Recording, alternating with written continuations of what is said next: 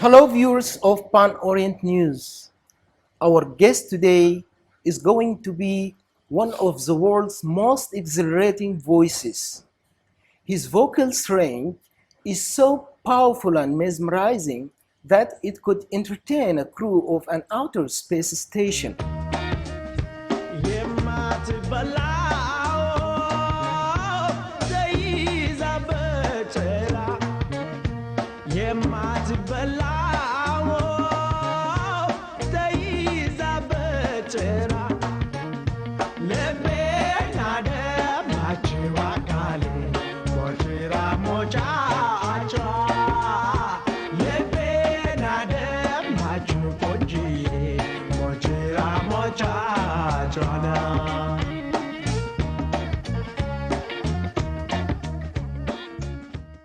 Dereb Zenebe.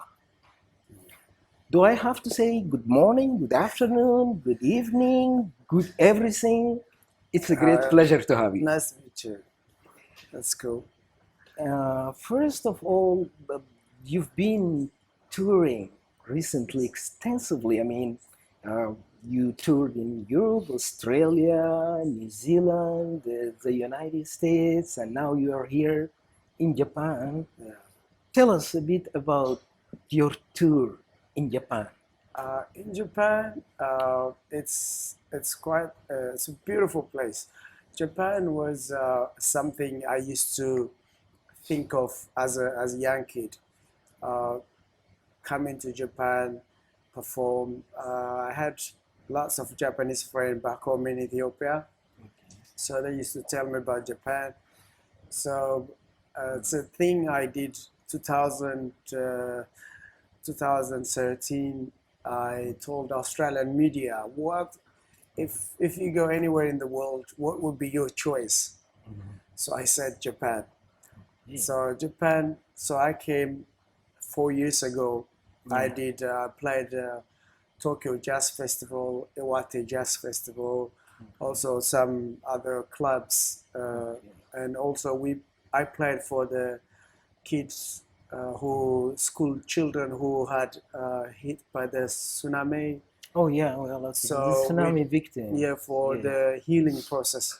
Oh, this So is very I was interesting. one of those artists who chosen to be part of. So that was overwhelming. I was quite overwhelming. It was 4 years ago Yes. at the time. So it was beautiful for me to come and be part of that event. At the same time, playing just it's dream come true. It's like, yay! Yeah, It's you like, you made it. I Japan, love I made it. I came, Okay, and my oh, friend, that's all very of my friends were happy. I was excited. exciting. So I was overwhelmed how Japanese responded to my music and how I felt. So I'm sorry to interrupt you, but your current tour, is it part of that also healing process, or now No. you are touring on This is for a different different event. purpose? Yeah, different purpose. Okay. So that was with the Tokyo Jazz Festival. Also, Australians music. They wanted to be part of a Japanese what happened culturally to the kids and part of that movement. I uh, I attended the concert that you Yeah. gave last week. I was really very stunning. Uh, Tell us about the group, the Japanese group that has been accompanying Yeah. you. So- They seem to be very professional, especially the violinist Hiramatsu Kana. She's amazing. Yeah. How long have you been performing together? With Japanese band, that was our first rehearse. Oh, really? Yeah, first rehearse, first show. Wow. It's but I have seen them the music a month ago. Okay. So they have been practicing. So they are professional musicians. Professional musician, it doesn't take much to Yeah, that's learn right. it, to read. So music is a network. Yeah, but for someone who listen to you performing with them, would think that, well, okay, guys, you've been performing for like Yeah. forever. Yeah, well, we don't show. Yes, that's how it feels. But we're all nervous. We never had no time to get to know each other. But musically, music musicians culturally, in many ways, in many places you go, there's similarity in terms of musicians. There's a trust. Yes, that's right. So when you have trust within musicians, there's not much problem. So we really we know each other. We were backstage. We were saying, "Oh, what are you going to dress up? What's your clothes?" And so it's about performance. So it was absolutely beautiful. Yeah, it was really. I was nervous. They were nervous. There was some mistakes, but the audience were very excited about the instrument that you were playing. It was mashinko. Yeah, they were so excited about it. Yeah. And tell us a bit about this very unique instrument. The mashinko is a very ancient, old Ethiopian music instrument. So we've been playing it for many, many thousands of years in the church. So it's, but in the modern days now, young people playing in clubs, jazz clubs, you can study in music school, you can learn at music school, or you can learn from your parents. So I learned from since when I was 10 from my parents. My father plays accordion. Oh, really? Well, so you're from a musician family. So means my music histories come from many, many generations. Uncles, aunties, brothers, sisters, everybody. So it's running in the blood. So it's in the blood. So music is in the blood.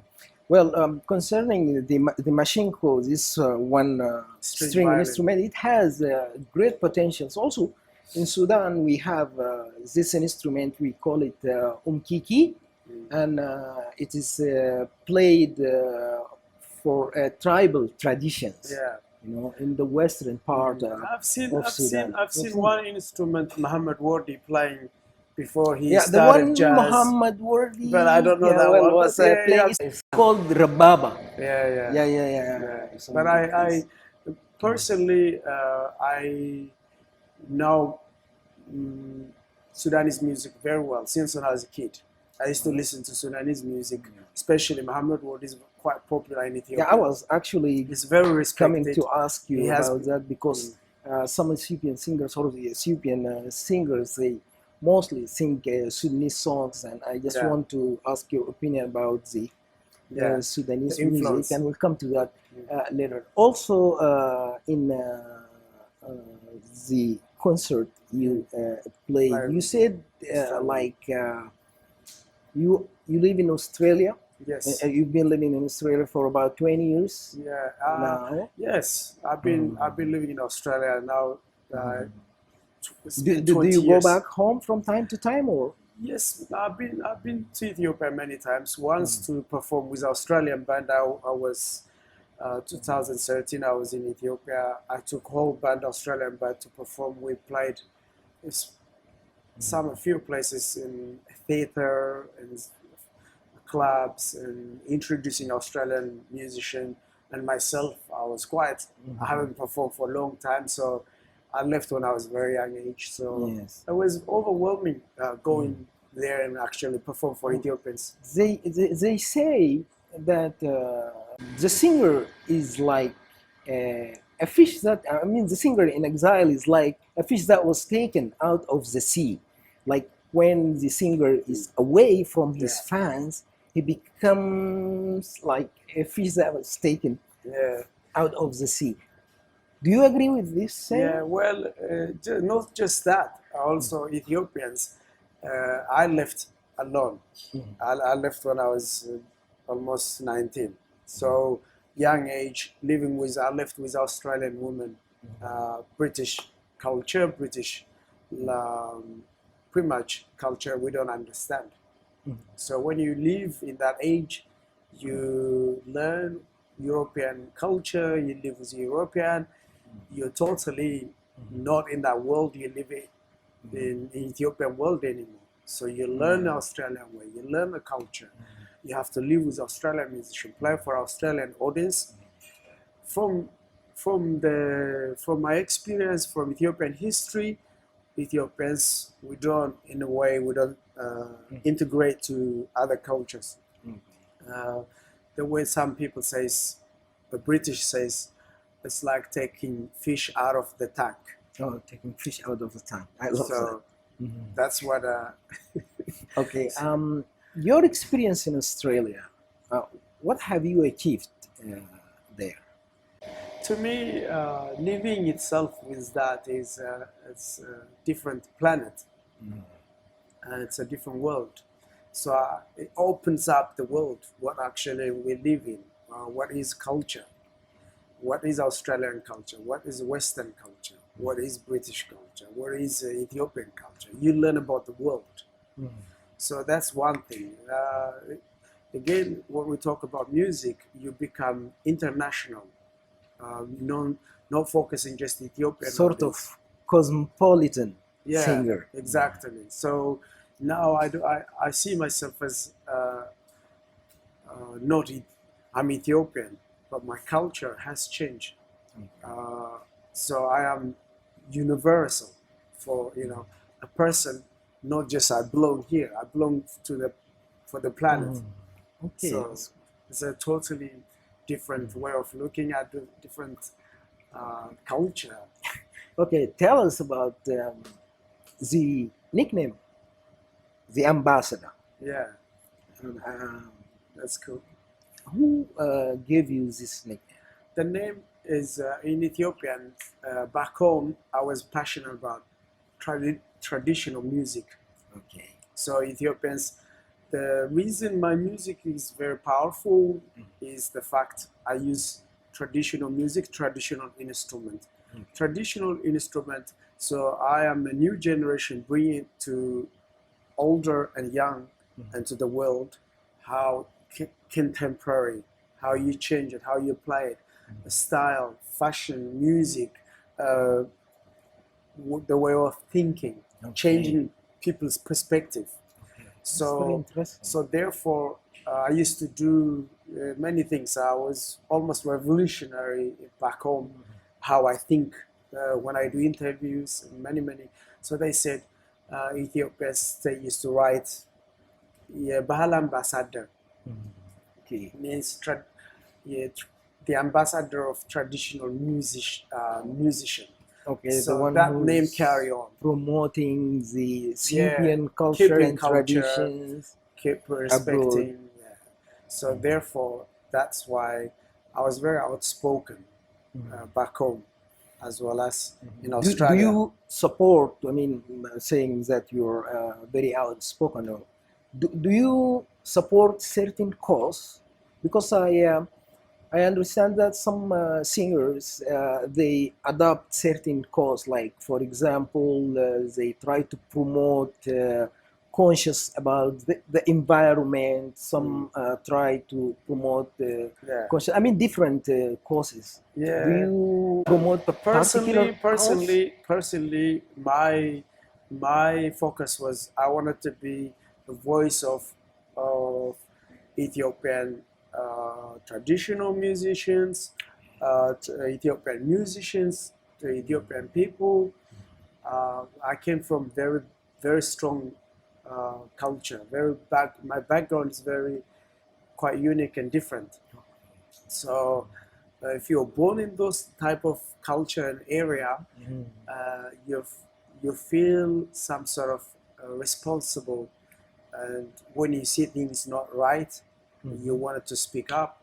So at the time I was a young kid, I was taught by many Ethiopian legend musicians as a young kid.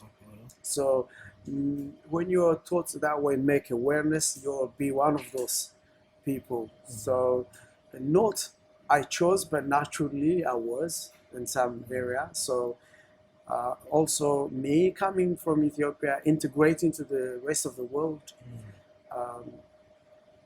just happened. And so it's like I was passionate about some area, especially this is culture. really very interesting. This is really in the concert you played a beautiful song. I think it was of Sudanese origin. Yeah. Listen to it. الزهر فاح والبدر لا الزهر فاح والبدر لا